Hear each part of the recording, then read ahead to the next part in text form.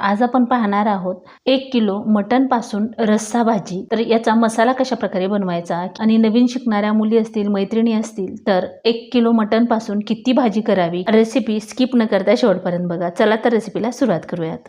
तर अगोदर आपण मसाला तयार करून घेणार आहोत। इथे 2 कांदे, 1 कांडी लसण, अर्धा इंच अद्रकचा तुकडा, हिंबीर आणि कोथिंबीरच्या काडी 1 वाटी खोबरं किसून घेतले, अर्धा चमचा खसखस आणि 1 चमचा तीळ घेतलेले आहेत आणि 2 मीडियम साईजचे कांदे हे उभे कट करून घ्यायचे। एवढ्यापेक्षा आपल्याला कुठलंही वेगळं साहित्य वापरायचं नाही। तर कांदा सुद्धा उभा कट करून घेतलाय। उभा कट तिळाचं प्रमाण सुद्धा जास्त वाढवायचं नाही। जर का तुम्हाला ग्रेव्ही बनवायची असेल तर तुम्ही इथं तीळ आणि खसखस जास्तच टाकू शकता। हे भाजून झालं, खसखस आणि तीळ काढून घेतल्यानंतर 1 ते 1.5 पळी तेल टाकून घ्यायचं आहे। तेल कडकडीत गरम होऊ द्यायचं। तेल छान गरम झालं की कांदा त्यामध्ये टाकून घ्यायचा आहे। थोडंसं मीठ टाकलं की पाकळ्या सुद्धा मोकळ्या होतात आणि कांदा पटकन परतून होतो। आता थोडंसं मीठ टाकल्यानंतर परत ह्याला हलवून घ्यायचं आहे। आता इथं 1 चमचाच फुटाणे घेतलेले आहे। शक्यतो डाळबे वापरायचे नाहीत आणि फुटाणे टाकण्याचं प्रमाण कमीच ठेवायचं।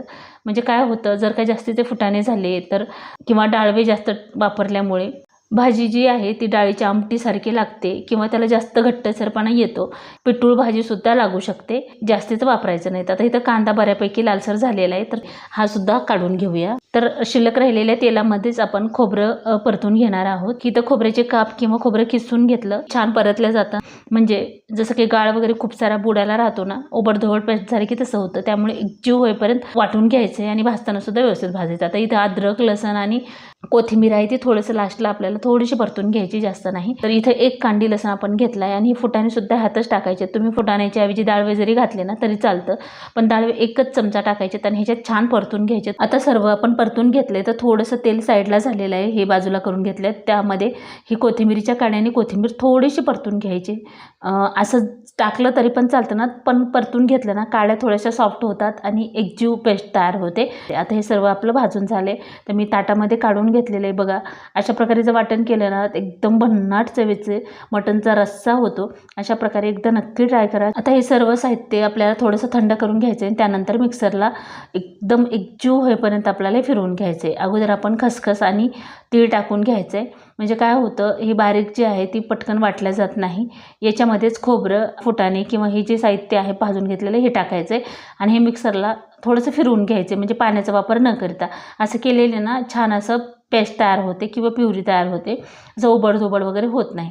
आता हे सर्व साहित्य ह्या मिक्सरच्या भांड्यात टाकसरला बारीक असं फिरवून घ्यायचं। तर हे बघा अशा प्रकारे फिरवून घेतल्यानंतर हे असं झालेलं आहे। आता परत कांदा आणि कोथिंबीर हे सर्व साहित्य टाकून ह्याला फिरवून घ्यायचं आहे। आणि जर का तुमचं मिक्सरचं भांडं खराब वगैरे असेल तर फिरणार नाही, मग तर अगोदरच पाणी टाका। तर मी असंच फिरवून घेतले, बघा अशा प्रकारे झाले, पण हे एकजीव होत नाही। त्यामुळे आपल्याला याच्यामध्ये पाणी टाकून फाईन अशी पेस्ट आपल्याला तयार करून घ्यायची। तर अर्धा ते पाऊण वाटी पाणी याच्यामध्ये टाकून घेतले। आता परत ह्याला मिक्सरला फिरवून घ्यायचं आहे। मिक्सरला फिरवल्यानंतर हे बघा एकदम एकजीव अशी ही पेस्ट झालेली आहे। ते 1 किलो मटणसाठी एकदम परफेक्ट प्रमाण सांगितले। छान अशी पेस्ट तयार झाली, ते बाजूला करून घेऊया। मटण घेतलेलं आहे 1 किलो। तर इथं आपण हे मटण स्वच्छ धुवून घेऊया। तर इथे मी 1.5 चमचा मीठ टाकून घेतलेलं आहे आणि हळदी पावडर साधारण पाऊण चमचा टाकून घ्यायची। कमी पडली तर नंतर टाकली तरी चालतं। आता हे पूर्ण मटणला हे छान असं चोळून घ्यायचं आहे आणि त्यानंतर आपल्याला हे साधारण अर्ध्या तासासाठी ठेवून घ्यायचं। तर आता हे मटण मॅरिनेट होण्यासाठी आपण अर्धा तासासाठी ठेवून देऊया।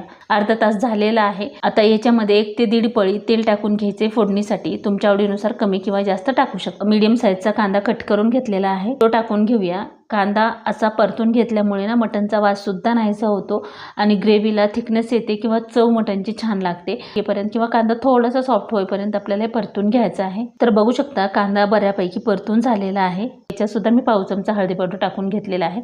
आता मॅरिनेट केलेलं मटण आपण ह्या कुकरमध्ये टाकून घेऊया। आता 4-5 मिनिट आपल्याला हे मटण छान असं हाय फ्लेमवर परतून घ्यायचं आहे। 3 ते 4 मिनिट हे मटण छान असं परतूनच घ्यायचंय। थोडीशी आपण कोथिंबीर टाकून घेतलेली। 2 ते 3 मिनिट झालेले आहेत, आपण हे मटण परतून घेतोय। तर अशा प्रकारे 4-5 मिनिट परतल्यानंतर हे बघा मटणला रंग किती सुरेख आलाय आणि अंगचं पाणी सुद्धा थोडंसं सुटलेलं आहे। तर आता कुकरवर ताट ठेवलंय, त्यामध्ये पूर्ण 1 तांब्या पाणी टाकून घ्यायचं आहे आणि 1 तांब्या मी भरून ठेवलेला आहे। पाणी बऱ्यापैकी गरम झालंय। एवढं गरम पाणी झालं की तेव्हा उघडून पाहायचंय, बऱ्यापैकी मटणला पाणी सुटतं। म्हणजे 1 किलो मटण शिजण्यासाठी आपल्याला अर्धा ते पाऊण लिटर पाणी लागतं। आता बघा याचं अंगचं पाणी सुद्धा बऱ्यापैकी सुटले। आता आपण जे ताटात गरम करून घेतलेलं पाणी आहे ते याच्यामध्ये टाकून घेऊया। बरोबर 1 तांब्या म्हणजेच अर्धा लिटरचा एक तांब्या असतो तेवढं पाणी टाकून घेतलंय. चेक करायचं आहे. म्हणजे हे पिजनचं कुकर असल्यामुळे ना फक्त 2 शिट्टीमध्ये ह्याच्यामध्ये मटण शिजतं. मटणच्या वरती साधारण अर्धा इंच तरी पाणी असायला हवं, म्हणजे मटणला जे आपण रस्सा बनवणार आहोत ना त्याला चव छान लागते. म्हणजे पाऊण लिटर पाणी आपण इथं वापरलेलं आहे मटण शिजण्यासाठी. आता यात कुकरला झाकण लावून घेऊया आहे. एक उकळी येऊ द्यायची. उकळी आल्यामुळे काय होतं, तुम्ही लगेचच जर उकळी यायच्या आत जर कुकरला झाकण लावलं तर फेस आल्यासारखं येतं आणि मग ते कुकरमधून शिट्टीतून सर्व जी रस्सा आहे ते बाहेर निघतो. आता मीडियम गॅसवर आपल्याला 2 शिट्ट्या करून घ्यायच्या आहेत. तर 2 शिट्ट्या झाल्या की बरोबर आपलं मटण एकदम परफेक्ट असं शिजलं जातं. त्यापेक्षा जास्त शिट्टी करायची नाही. ही पिजनचं कुकर असल्यामुळे तिसरी जर शिट्टी होऊ दिलीत ना तुम्ही किंवा खूपच बारीक गॅस केला तरी मटण जे आहे ती जास्त शिजू शकते. 2 शिट्ट्या आपल्या झालेल्या आहेत. मसाला तयार करण्यासाठी मी इथं हंडी ठेवलेली आहे. पातेलं म्हटलं ना तर शूट करायला थोडंसं वेळ लागतो किंवा व्यवस्थित होत नाही. 2 ते 3 पळी तेल आपल्याला टाकून घ्यायचं आहे आणि तेल अगदी हलकंसं गरम होऊ द्यायचं आहे. तेव्हा कोथिंबीर टाकून घ्यायची. खूप कडकडीत जर तेल टाकलं तर आता हे बघा, ह्या चमच्याने पोहेचा चमचा आहे त्याने 4 चमचे काळं तिखट आपल्याला याच्यामध्ये टाकून घ्यायचं आहे.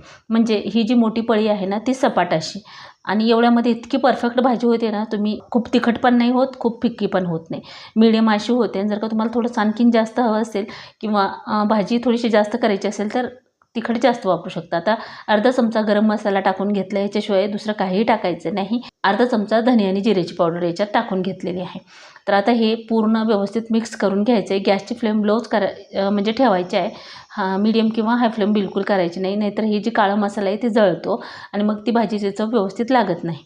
आता हे थोडंसं परतून घेऊया आणि तेल कडकडीत नसल्यामुळे व्यवस्थित असं हे परतून होतं. खूप गरम जर झालं तर तेलाचं टेम्परेचर कमी होऊ द्यायचं आहे.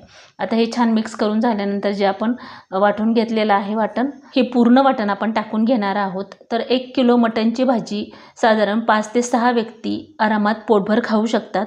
आणि जर का तुम्हाला रस्सा जास्त करायचा असेल तरीही एवढं वाटण पुरेसं होतं. तर इथे 1 लिटर पाणी मी गरम करून घेतले आणि अशी भाजी करताना ना थंड पाण्याचा वापर बिलकुल करायचा नाही. आता हे मीडियम गॅसवर छान असं हे परतून घ्यायचं आहे. जोपर्यंत तेल सुटत नाही ना ह्या ग्रेव्हीला तोपर्यंत आपल्याला हे परतून घ्यायचं आहे. म्हणजे काय होतं, जेव्हा तेल सेपरेट होईल ना तेव्हा समजायचं की आपला मसाला जे आहे ते एकदम छान परफेक्ट शिजलेला आहे. मसाला जे आहे ते छान शिजवून घ्यायचा आहे. आता हे असं शिजल्यानंतर आपल्याला याच्यात परत थोडंसं पाणी टाकून परत ही ग्रेव्ही शिजवून घ्यायची. साधारण अर्धी ते 1 वाटी पाणी मी गरम केलेलंच मिक्सरच्या भांड्यात टाकून याच्यात ॲड केलेलं आहे. आता परत याला ना शिजवून घ्यायचं आहे आणि जेव्हा याचं तेल सेपरेट होईल त्यानंतरच ही पुढची प्रोसेस आपल्याला करायची आहे. तर गॅस जे आहे ते मीडियमच ठेवायचं आहे. आता याला सुद्धा तेल सेपरेट झालेलं आहे बघू शकता. अशा प्रकारे शिजल्यानंतर जेवढं पाणी आपण गरम करून ठेवलं आहे ना ते 1.5 लिटरची भाजी ही तयार होते. आता कुकर खोलून दाखवते तुम्हाला मी, तोपर्यंत आपलं जी रस्सा आहे ते शिजतोय. थंड झाले आणि त्यानंतर आहे मी, म्हणजे लगेचच खोलायचं नाही, थोडंसं थंड होऊ द्यायचं मसाला हे तयार करेपर्यंत, शिजवून घ्यायपर्यंत. एकदम मऊसूत असा शिजलेला आहे फक्त 2 शिट्ट्यामध्ये. आणि याचं स्टॉकचं आहे किंवा रस्सा आहे ते सुद्धा बघा किती छान दिसतोय.